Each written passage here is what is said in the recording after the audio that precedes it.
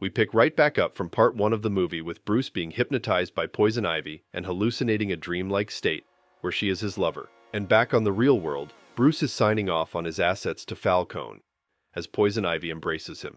The days go by, and the holiday killer strikes on holidays such as Valentine's Day and St. Patrick's Day, all while Bruce is stuck in the manor overgrown with Poison Ivy's plants as she convinces him to sign off more and more assets. Catwoman shows up and breaks Bruce out of his trance by cutting down Poison Ivy's plants and knocking her out cold. Catwoman then tells Bruce that he has been in Poison Ivy's control for the past 3 months, looking uncanny and signing assets left and right. Bruce sees the bat signal shining through the sky, hopelessly calling to him for a while now, and learns that the holiday killer is still at large. Harvey Dent arrives at a crime scene with his fiancée, Gilda, who's not happy about it and is not looking forward to spending more time with him later this evening. Harvey notices, but goes on to meet Jim Gordon, who confesses Harvey's lead on the weapon supplier for the holiday killer was right all along. This kill was on Mother's Day. Harvey then questioned where the hell was Batman at. We see Arkham Asylum's sirens blare as Scarecrow escapes, but he is soon tackled by Batman before he injects him with the fear toxin. He escapes, while Batman is stuck in his nightmares remembering the day he lost his parents. He gets picked up and saved once again by Catwoman, 2-0 for the cat. We then see a large, broad woman, who claims to be Falcone's daughter, come to visit him. We learn her name is Sophia. She tries to convince him to join his operations, even confessing that she let Scarecrow escape like he ordered her, but he refuses, and ends the discussion by giving her money to enjoy instead. Gordon and Harvey question Bruce Wayne since he was on the boat during the New Year's Eve murder, and was not taken as a witness, plus all the weird behavior he did while in trance under Poison Ivy's control, signing off shit to Falcone. Bruce tries to wiggle his way out of questioning, and explains he was poisoned when he signed off the assets, but Harvey is having none of it, and questions if his father was the same when he worked with Falcone, but Bruce says his father wanted to save lives, and only hurt too. We see a flashback of Bruce Wayne's childhood, where he saw his father save Carmine Falcone's life after an attempted assassination. He talks to him, and Falcone gives him the two-headed coin. Sophia is with Sal Maroni's son, and he tells her to stay in the car as he meets his father. He tries to talk him out of the war with Falcones, and his father suggests peace before being shot by the holiday killer. He chases after him but loses track, and Sophia finds him and tries to calm him down. Carmine Falcone visits a grave and does some business, while Catwoman stays on the lookout. Sal Maroni's son meets with Harvey and cuts a deal for peace in exchange of dropping warrants for his men. Harvey flips the two-headed coin and makes a choice to get Falcone. Harvey with his fiancée and Gordon are out celebrating the 4th of July, and Harvey delivers the news that his deal with Sal Maroni will get Carmine Falcone behind bars. They see the police take Falcone in front of them, and he tries to get in Harvey Dent's mind by speaking to his fiancée. Meanwhile, Batman finds Scarecrow terrorizing civilians while stealing from a bank. He manages to get the eBay of him before getting knocked out by the Mad Hatter. The guy that Falcone did business with sees Harvey with his fiancée during the celebrations and opens fire, but not before Catwoman saves Harvey at the last second. Harvey follows Catwoman and the man and tries to find out why the guy is trying to kill him. The guy knocks out Catwoman and runs into the sewers with Harvey in pursuit, and Harvey gets knocked out as well. Scarecrow and Mad Hatter deliver the money to the drop-off at the cemetery, and Batman escapes and beats the shit out of Mad Hatter and Scarecrow. Harvey Dent, however, wakes up finding the man that was going to kill him dead, and his blood on Harvey's hands. He escapes before the police show up. Batman is then seen investigating Harvey Dent's basement, and he finds the weapon that the holiday killer uses. In the courtroom, Harvey is losing his mind hearing voices, and he can't give his testimony and present to the court. Gordon goes to meet Batman on the roof of the building, and Batman tells him of his findings. Sal Maroni's son double-crosses Harvey in the court and doesn't want to testify against Falcone, and then he throws acid in his face as we realize that he thought Harvey Dent was the holiday killer all along, and thus taking revenge for his father. At the hospital, Harvey is talking with the voice in his head while recovering from his severe injuries, and then he receives a call before escaping from the hospital.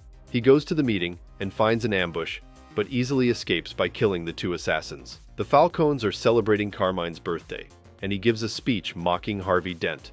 The elevator door opens behind him, just to reveal his sister's corpse, shocking him and the whole party. Meanwhile, Batman questions Harvey's fiancée, who can't help him, but wonders why he is so invested in Harvey, to which Batman simply states that he is trying to help his friend.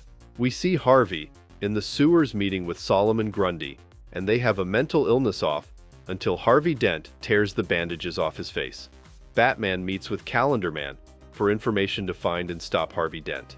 Gordon is transferring Sal Maroni's son, and Solomon Grundy crashes the car to let Harvey Dent get his revenge on the man that disfigured him. Gordon tries to settle things down, and Dent just shows him his new side. Harvey tries to play the coin game, but Batman stops him, and then the holiday killer strikes again, killing Sal Maroni's son. Batman tries to go after him, but Dent stops him and escapes with Grundy. Bruce asks Alfred how his father got into it with the Falcones. Alfred tells him that they made a few mistakes, and they were willing to pay for them for the greater good. Meanwhile, Harvey's fiancée is being guarded by the police in her own home.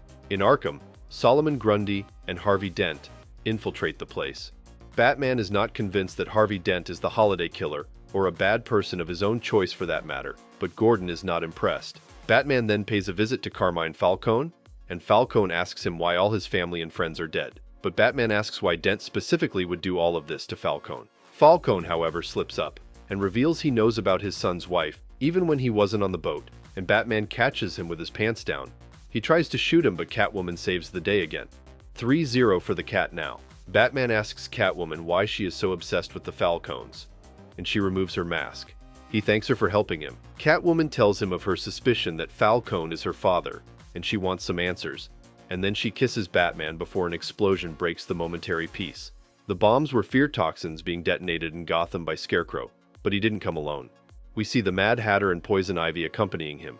Meanwhile, we see almost all Arkham inmates have escaped and come to the city. Falcone has a sincere talk with his daughter about the nature of the business. He gets a call from his bodyguards about disturbances at the entrance of his home. Solomon Grundy, accompanied by Harvey Dent, the Penguin and the Joker, charge in and kill everyone, while Sophia charges in at them and tries to shoot them, but gets killed. Enraged, Falcone takes shots at them himself, but gets captured by Poison Ivy. Harvey plays the coin flip game with Carmine, but Batman and Catwoman infiltrate the place and stop him. A fight breaks out, and they easily overpower the villains together. The only one left is Harvey. Batman and Catwoman try to talk him out of killing Carmine, but to no avail, and he shoots Falcone. Batman and Catwoman tackle him after, and Sophia enters the room revealing she is still alive and wants revenge for her papa. It goes so well, of course, that she actually dies a second time falling off the building. So, not well at all. Batman and Catwoman are with a dying Falcone, and Catwoman removes her mask with Falcone, seeing her and uttering her mother's name before dying. Gordon finds Harvey and Batman near the bat signal, as Harvey tries to explain how his motives were right in the end, and gives himself up for arrest. Gilda confesses to the holiday murders, and Batman chooses to leave her as is, after listening to her full story. The movie ends with a kid dressed in a Batman costume, visiting the Bruce Manor to trick or treat. A great film adaptation of one of my favorite Batman stories. This really is amongst the peak of DC animation projects in my opinion. It had all the right narrative beats, and all the right action. Although the identity of the holiday killer is left much less ambiguous here in comparison to the novels. This brings us to the end of today's video. Don't forget to leave a like and subscribe to our channel to get more videos like this one. Your support helps us grow. And tell me, what do you think of this movie? Did you like Harvey Dent's descent into madness? Was there something missing from this adaptation? Let me know in the comments below. I read all of them. And if you're watching till now, thank you. I'll see you in another video soon.